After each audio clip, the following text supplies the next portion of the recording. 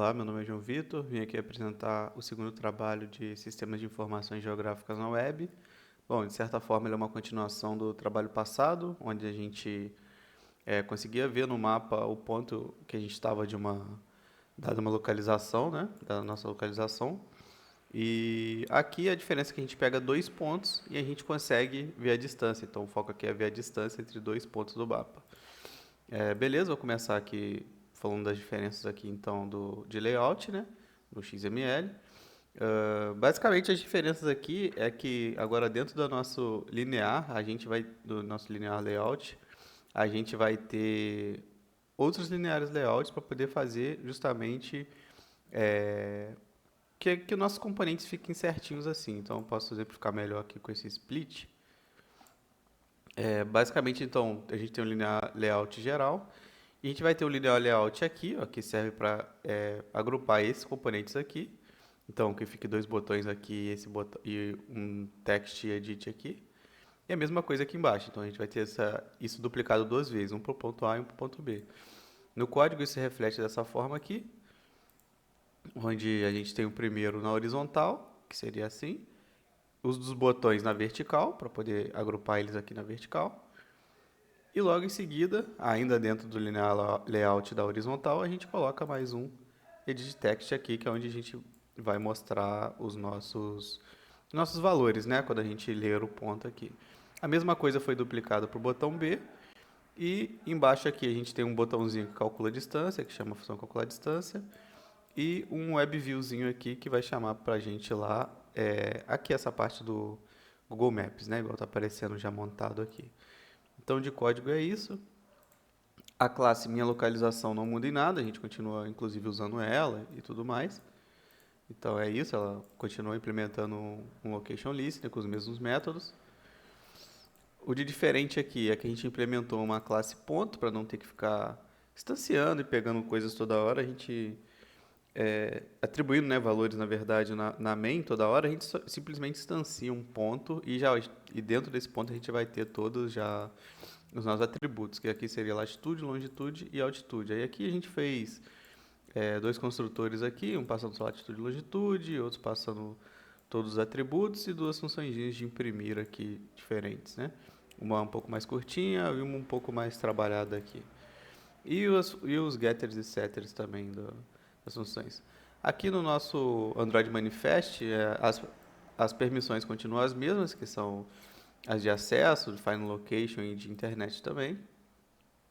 E agora passando para a main, que é onde teve maiores mudanças, né? Basicamente, a gente tem aqui variáveis globais, que seriam do tipo ponto, que seriam P1 e P2, e também um provider. Justamente para se a gente quiser mudar de provider, a gente só muda aqui no create. Aqui no meu caso eu estou usando o network, porque eu estou trabalhando com ele aqui pelo emulador. É mais fácil para mim de gravar e montar e mostrar. Mas se a gente fosse usar no celular, mandasse para o celular, a gente poderia trocar aqui para outro. Beleza, dito isso. E se trocasse aqui, vai trocar em todo lugar que está usando, né? Obviamente. A função de mostrar no Google Maps continua a mesma.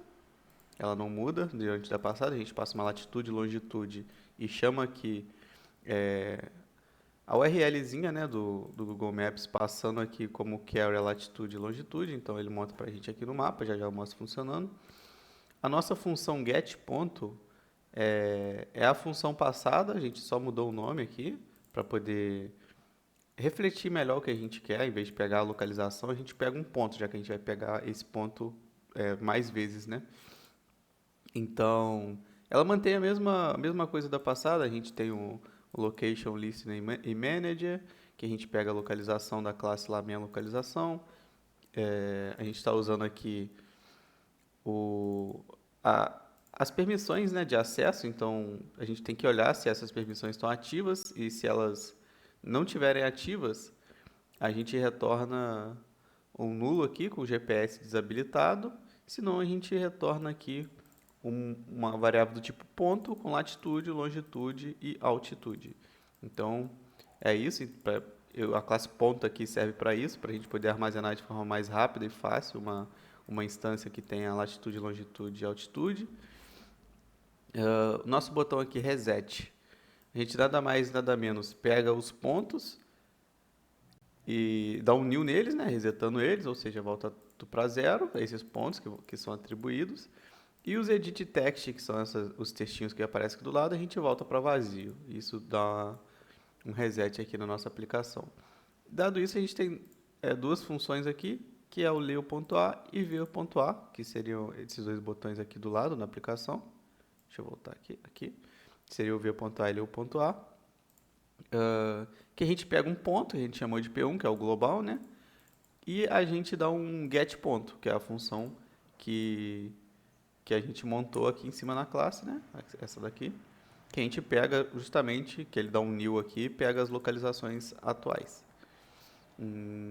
Dito isso, a gente pega isso e seta o edit text, que seria esse componente aqui do ladinho.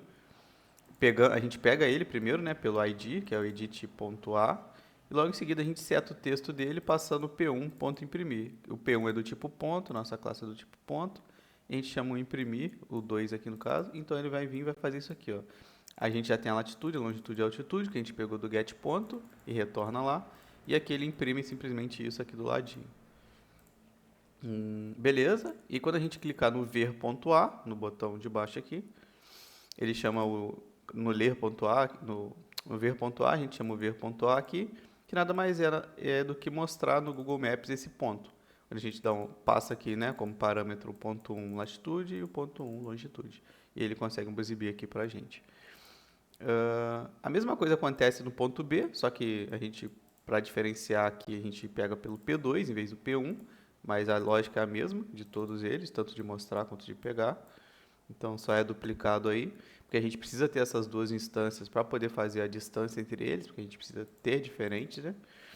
E aí, a função aqui, né, que dá grande diferença aqui, porque, na verdade, o lance do ver o ponto é o mesmo da atividade passada, só que agora a gente fez um esquema para poder armazenar esses pontos diferentes, que seriam esses dois pontos. Mas a grande mudança em si, além disso, é justamente usar isso para calcular a distância. Então aqui, a gente faz a mesma coisa da passada lá, pegando o Location Manager, e aí a gente pega o resultado desse...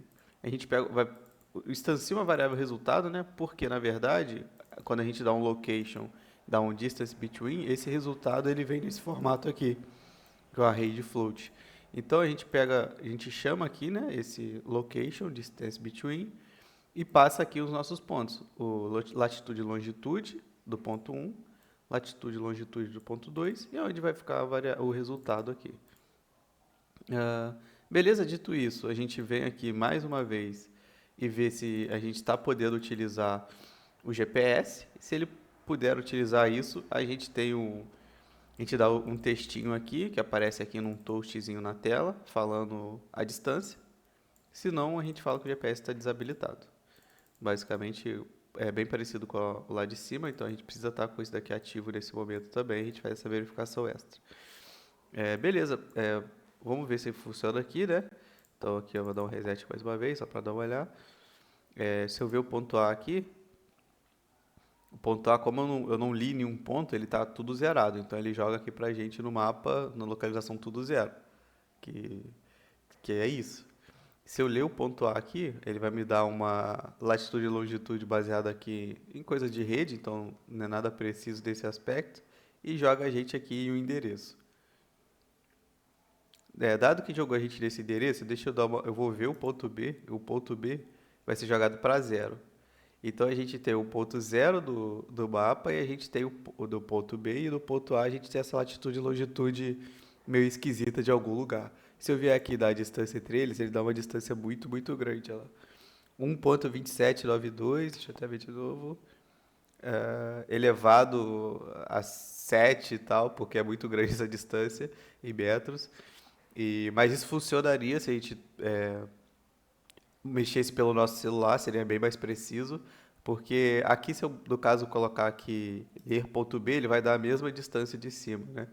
Que ele vai considerar como meu celular parado e vai pegar a mesma latitude e longitude pela internet, e se eu der a distância, ele vai dar zero. É o que deu aqui. Então, basicamente é isso. Então, funciona direitinho aqui. Agora, se eu vê o ponto, ele sempre joga pra gente, vê outro ponto, ele carrega de novo, e se eu ler, ele lê de novo, mas como, né, vai ser a mesma coisa aqui, aí o teste que vale mais a pena aqui mesmo é se eu ver o ponto zerado, ler um outro ponto e dar uma distância para ele calcular pra gente. Então acho que é isso. Valeu.